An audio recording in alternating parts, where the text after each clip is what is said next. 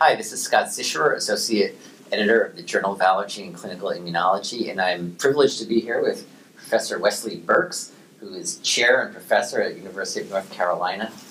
Dr. Burks, you've had a very long, great career of wonderful work in treatment for food allergy, and in the January 2013 issue of the Journal of Allergy and Clinical Immunology, you have 3 articles that relate to treatment of food allergy. There's the article on care that talks about advocacy and patient care and also treatments. And then you have an article relating to peanut oral immunotherapy and peanut sublingual immunotherapy. With all of these studies on trying to cure food allergy, what are the mechanisms that we're learning about when it comes to these therapies? Okay, Scott, thank you for spending that time with me. It's nice to talk to you. I think the first thing I'd say is that the studies that we published and others have published recently so that I think that someday a therapy will be able to be developed and we understand better the mechanism, but it's not the right thing to do right now. That there are too many side effects and too many unknowns. So with that, I think the studies need to continue. I think as we look at the mechanisms of what's happened so far, clinically what happens with any of the studies is there's a desensitization effect. In that pre and post study, if you're still on therapy, generally your threshold goes up. It's higher with oral because the doses are higher than with sublingual, but still even with sublingual you get some desensitization effect.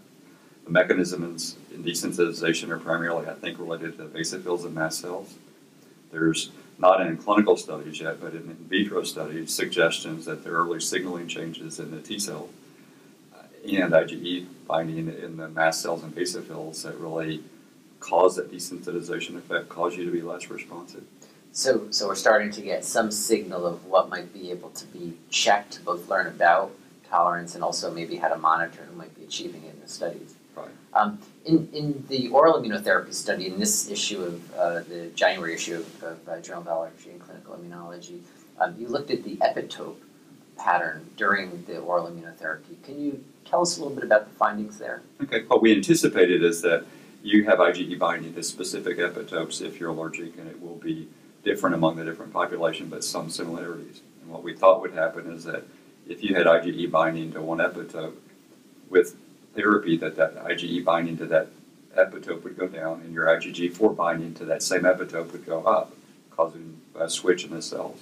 And that's predominantly what we saw, but somewhat surprisingly, we saw new epitopes, new IgE binding to epitopes being developed a minority of the time, but a significant minority. So it wasn't what was expected as we started the study. So there might be some clues in there as well in terms of the mechanism of what's going on. And that's great.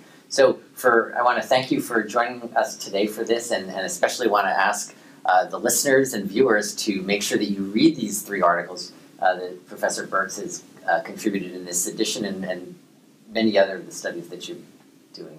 So I want to thank you for this. Thank you, Scott. I enjoyed talking with you.